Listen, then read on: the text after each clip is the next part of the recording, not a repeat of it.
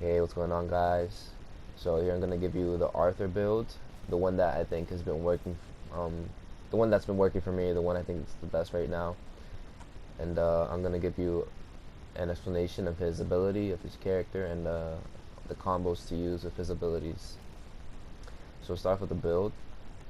Full cooldown, very important on Arthur because you want to be able to spam your abilities. One, to be able to switch stances, because you can't switch stances unless you use an ability. And also, with your passive, you gain, for each ability that you use, you gain a damage mitigation stack, which stacks up to 4 times. It's 1.5, so in total it'll be 6% damage mitigation, which is actually, it's pretty nice. It's pretty nice.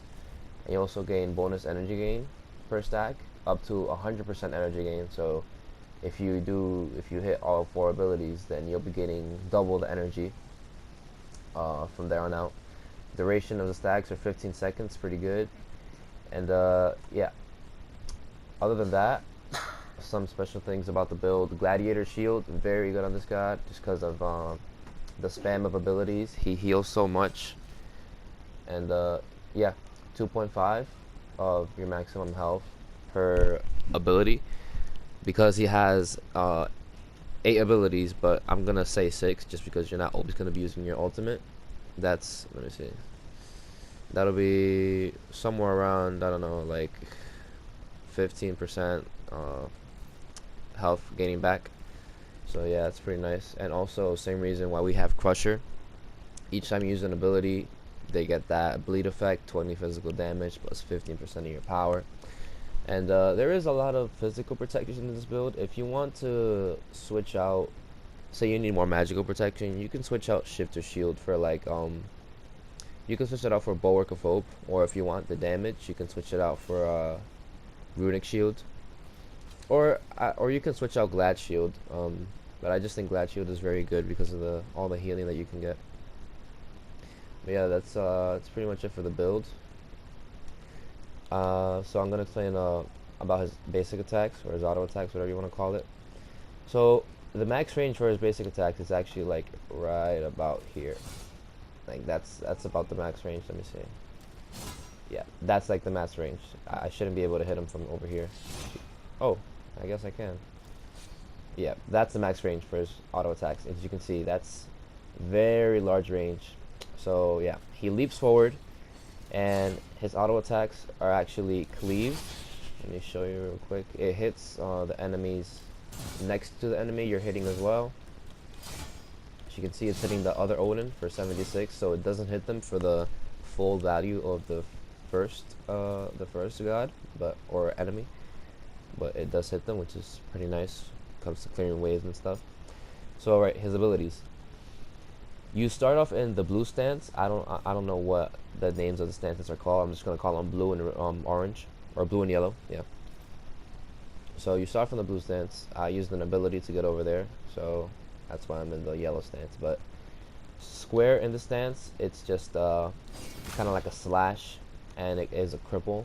Cripple, if you didn't know, it stops the enemy gods from dashing or jumping. So if you think they're gonna dash or jump away, use that, and then use your other abilities. In this mode, it's like a line attack with like a slash, like a, yeah, you see right there.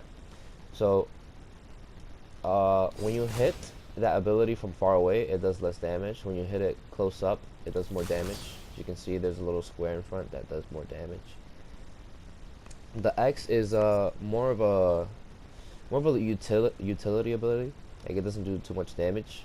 Your square and your circle are your main damaging abilities. So for your X in the yellow stance, it's just a little dash and then an uppercut at the end. As you can see, it's a little knockback, not too much. So yeah, you could just like knock them into your tower maybe, or just like knock them more into your side of the map. Your X is a little stomp with a slow.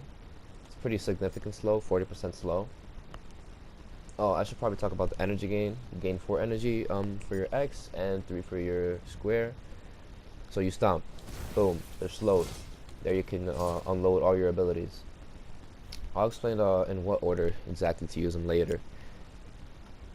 And your circle in this form, when you use it, you will not be able to stop moving, so you just have to control the cursor like this. And as you can see, there are like I think it's 5 swings. Yeah, there's 5 like, what's it called, like circle swings. Yeah, swings. Each do as you can see the damage numbers right there. And then there's the final swing, which does a lot more damage than the other ones, but it does take a little bit to charge up. And then the lastly for these abilities is the circle and the blue stance, and it's just a dash with a protection shred. It actually does 2 cleaves. It does 1 cleave like right here, and then 1 cleave like over there when you end. So yeah. And for his ultimate, when you charge up your energy, as you can see on the sword to the left, when it's fully charged, or when it's above 70, I believe. Let me see. No, when it's above 80 energy, this is what it looks like. Yeah, basically just a lot of hits, and then at the end, there's a landing damage, which is where most of the damage is going to be coming from. And there's also, this actually does true damage. You can see the numbers right there. Also, I'm gonna build up my abilities here just to show you the other ultimate, which is not as powerful as the other one, but it's actually not that bad. It's a little like dash thing, and there's a stun. It's I think a 1 second stun, and it's actually not too bad. It does decent amount of damage. It is on a 12-second cooldown, which is pretty insane, just because of my build. And yeah, 12-second cooldown ultimate, lots of damage, stun. So you saw his abilities. I'm gonna show you like what's the best order. Again, this can vary depending on whatever, but I'd say so you basic attack towards the person, and then or you can do that, or if you want, you can even start with your circle to get the protection shred, and that way you'll be doing more damage for a small amount of time. And then you can start by crippling them and try to auto attack between each ability, just so that you can get more damage in. And also, if they're running away, you can auto attack to like kind of catch up to them, you know what I'm saying? So yeah, you do the cleave to stop them from running away. Then you can if you want, this varies, but if they're getting away, you use your X to slow them down. If not, you can use your square, and then you can I don't recommend using the X and the yellow stance until the end, because again, it knocks them back. You don't really want to knock them back when you're trying to kill them. So yeah, you will probably use your circle there. I'm gonna show you what it would look like. Basically, it would look something like this.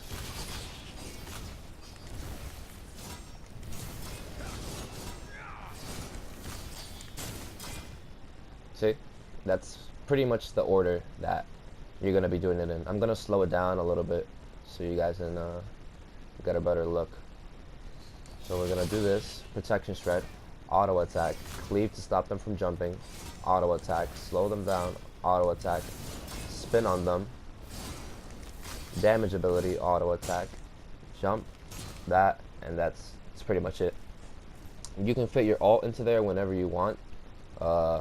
If like say if they're not dead by that, you can just throw in your ultimate at the end. It's usually gonna be enough. This build it's pretty good amount of damage. It's more tank based, but if you want to build damage wise, well, I'll actually be doing a video on like a troll build where I'll build what's it called, Rangda's mask, that mask that gives you like crazy damage. Yeah, I'm gonna build Rangda's mask. So, and I'm just gonna build like crazy power. Like I'm gonna stack transcendence and all that. So if you guys want to see that, check it out. But yeah, this is the build. Those are the abilities. Those are how to use them. And I hope you enjoy. Hope you enjoy Arthur. Hope you enjoy the video. Hope you learned something. And peace out.